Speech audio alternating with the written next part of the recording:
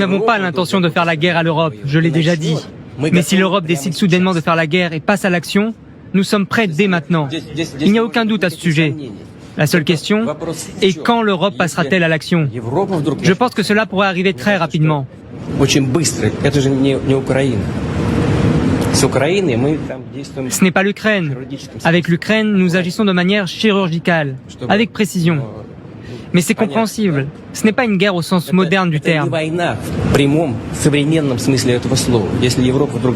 Si l'Europe veut déclencher une nouvelle guerre et qu'elle le fait, il est très probable que nous nous retrouvions très rapidement dans une situation où nous n'aurons plus personne avec qui négocier. Il y a aussi cette image des soldats russes brandissant leur drapeau en plein centre de la ville de Pokrovsk. Pendant ce temps, les bombardements continuent.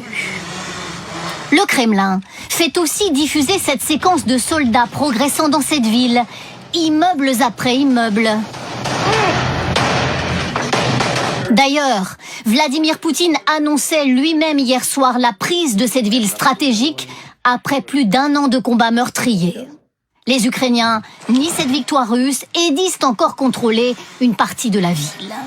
En difficulté sur le terrain, l'Ukraine devra-t-elle se résoudre à céder des territoires ? Pour ces soldats ukrainiens blessés au combat, ce serait une capitulation inacceptable. Nos gamers sont blessés. Et si finalement le résultat c'est de perdre nos territoires, cela voudra dire que notre sacrifice n'aura servi à rien.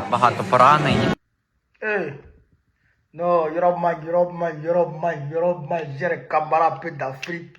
Poutine répond ainsi à Macron, le petit va-t-en-guerre. Non, Macron, il dit, allez là. Macron souffre, il souffre dans sa peau, allez, il souffre. Avec Tibi, non,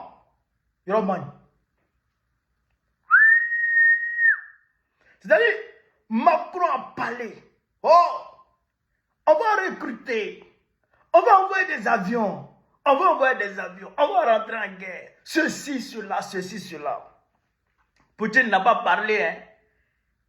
Il a laissé Macron crépiter, gesticuler, tout ça.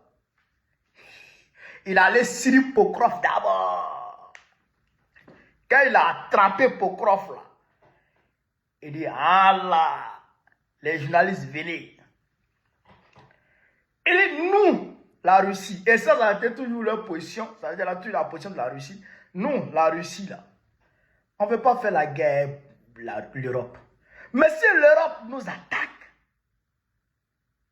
il faut qu'elle sache que nous sommes déjà prêts. C'est-à-dire que si Macron veut attaquer la Russie, il faut que Macron le message d'abord que la Russie est prête à l'attente de pied ferme et à le frapper copieusement. Frère, ils ont essayé avec les sanctions, à tout va, les sanctions économiques, à tout va, des batteries et des batteries de sanctions. Au lieu que les sanctions aient de l'effet sur l'économie russe, au contraire, c'est sur l'économie européenne que les sanctions ont des effets négatifs. Retour à l'envoyeur. Et ce qui a fait même qu'en Allemagne, Olaf Scholz est tombé.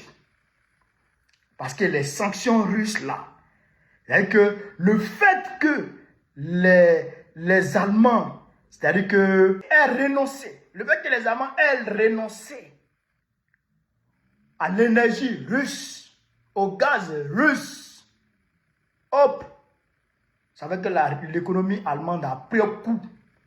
Et la population allemande a commencé à se ressentir.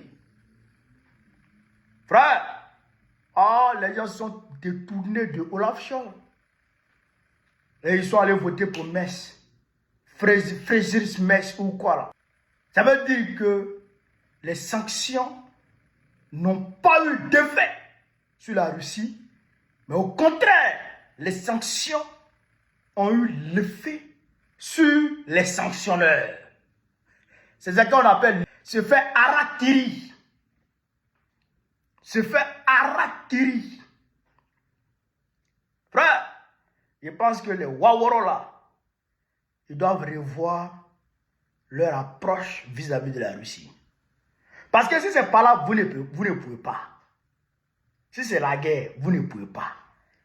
Poutine va vous frapper. Et Poutine dit, si l'Europe attaque, on va se retrouver dans une situation où il n'y aura plus personne avec qui on va discuter. C'est-à-dire que ce sera la guerre totale. Il n'y aura plus de discussion. Avec l'Ukraine, ils savent comment frapper. Ils frappent avec précision. Ils frappent de façon chirurgicale. Et ils ciblent des objectifs bien précis et ils frappent. Mais si c'est avec l'Europe, ce sera la guerre totale. C'est-à-dire que ce sera les frappes. C'est-à-dire que sans contrôle. C'est-à-dire que ce sera la guerre totale. C'est-à-dire qu'ils vont bombarder. C'est ce que ça veut dire. Mais les Macron, ils ont compris ça. Tu vas voir si Macron va parler encore de guerre.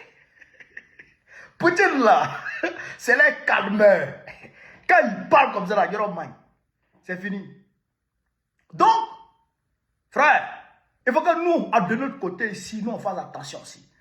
Parce que chez nous, nous on est en coopération avec la Russie. Nous, l'AES, on est dans une coopération claire, assumée avec la Russie. Il y a des insulteurs russes avec nous, il y a des éléments de l'Afrique encore avec nous, qui sont avec nous ici.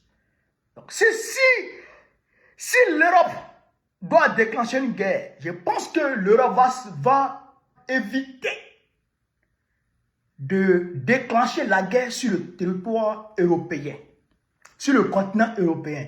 Ils vont plutôt engager cette guerre contre les Russes qui sont ici.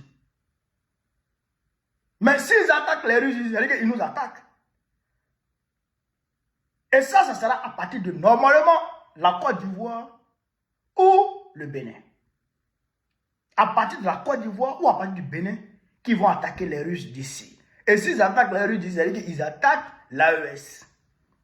C'est pourquoi je vous dis que le combat, il est général. Le combat, il est général. C'est le Sud contre le Nord. Oui, les suprémacistes occidentaux contre le monde civilisé du Sud global.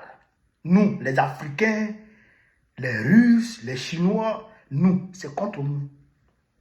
C'est ça. Actuellement, on est dans un monde bipolaire. On est dans un monde bipolaire. Que tu le veux ou non, la bipolarisation a refait surface. Voilà, ça c'est la réalité. Donc, voilà la réalité. Alors, donc, je pense que le petit Macron va se calmer.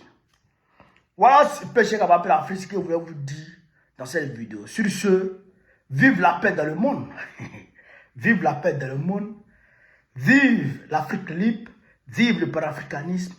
Vive le peuple panafricain. Babo président Pécorois, très prochainement. On est ensemble.